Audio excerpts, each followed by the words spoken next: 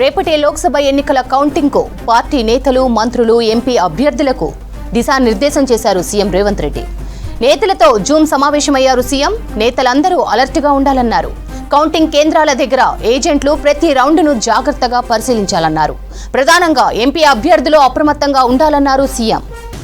ఇక దీనికి సంబంధించిన పూర్తి డీటెయిల్స్ కంచిరాజు అందిస్తారు. Raju, over to you.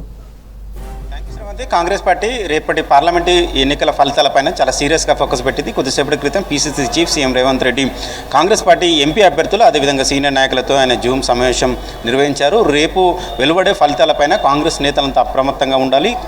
అభ్యర్థులు కూడా చాలా కీలకమైన సమయం. ఈ కీలకమైన సమయంలో చాలా అలర్ట్గా ఉండాలని కూడా ఒక దిశానిర్దేశం చేశారు.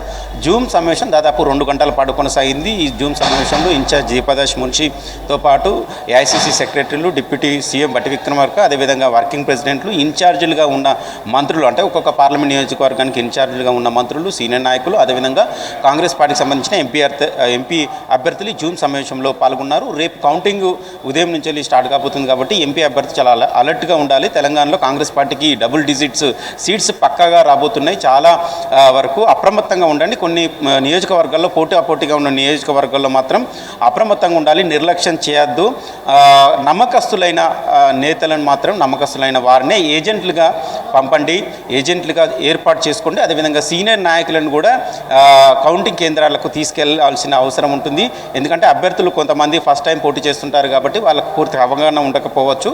అలాంటి వారు సీనియర్ నేతలను వెంటబెట్టుకొని కౌంటింగ్ కేంద్రాలకు తీసుకెళ్ళండి. ప్రతి మినిట్ టు మినిట్ మానిటరింగ్ చేసుకోండి. ఫస్ట్ పోస్టల్ బ్యాలెట్ కౌంటింగ్ తర్వాతనే ఈవీఎం ఓట్ల లెక్కింపు కొనసాగుతుంది. పోస్టల్ బ్యాలెట్ల కౌంటింగ్ పూర్తయిందా లేదా అనేది తెలుసుకున్న తర్వాత ఈవీఎం సంబంధించిన కౌంటింగ్ ప్రక్రియ కొనసాగే సమయంలో చాలా అప్రమత్తంగా ఉండాల్సి ఉంటుంది. కుట్రలు, కుతంత్రాలు అన్నీ జరుగుతుంటాయి కౌంటింగ్ కేంద్రాల్లో. కాబట్టి చాలా అప్రమత్తంగా ఉండండి. కాంగ్రెస్ సంబంధించిన నేతలు కావచ్చు, అదేవిధంగా అభ్యర్థులు కావచ్చు, కోఆర్డినేషన్ చేసుకోండి అని కూడా సీఎం రేవంత్ రెడ్డి దిశానిర్దేశం చేశారు. అదేవిధంగా అభ్యర్థుల వద్ద తప్పనిసరిగా 14C లిస్టు తప్పనిసరిగా ఉండాలి. కౌంటింగ్లో 14Cలో ఉన్న వచ్చిన సంబంధించిన ఈవీఎం ఓట్లకు 14C లిస్టుల ఓట్లకు తేడా వస్తే వెంటనే అక్కడ ఉన్న ఎన్నికల అధికారులకు ఫిర్యాదు చేయండి. ప్రతి అభ్యర్థి వీటన్నింటిపైన అవగాహన ఏర్పాటు చేసుకోవాలి. తెలంగాణలో కాంగ్రెస్ పార్టీకి మెజార్టీ సీట్లు రాబోతున్నాయి. మొత్తం 17 పార్లమెంటు స్థానాలకు మెజార్టీ సీట్లు కాంగ్రెసే దక్కించుకోబోతుంది.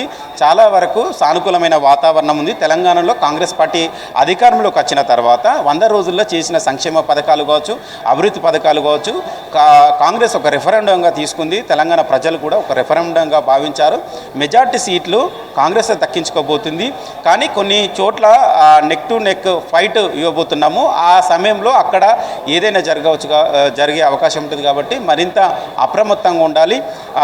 గెలుస్తామని ధీమాతోని చాలామంది అభ్యర్థులు ఉన్నారు. వారు చాలా జాగ్రత్తగా ఉండాల్సి ఉంటుంది. కౌంటింగ్ కేంద్రాల్లో నియోజకవర్గానికి సంబంధించిన ఏజెంట్లను పంపేటప్పుడు నమ్మకస్తులనే పంపండి, అక్కడ మొత్తం మానిటరింగ్ చేసుకోండి అని ఒక దిశానిర్దేశం చేశారు. ఉదయం ఈ జూమ్ సమావేశం మొదలై ఇప్పటిదాకా ఆ జూమ్ సమావేశం కొనసాగింది. చాలామంది అస్సాం నేతలను సంబంధించిన కాంగ్రెస్ సంబంధించిన సీనియర్ నాయకులను కావచ్చు, అదేవిధంగా పీసీసీ వర్కింగ్ ప్రెసిడెంట్లను వాళ్ళందరినీ కోఆర్డినేట్ చేసుకొని రేపటి ఫలితాలపైన అప్రమత్తంగా ఉండాలి.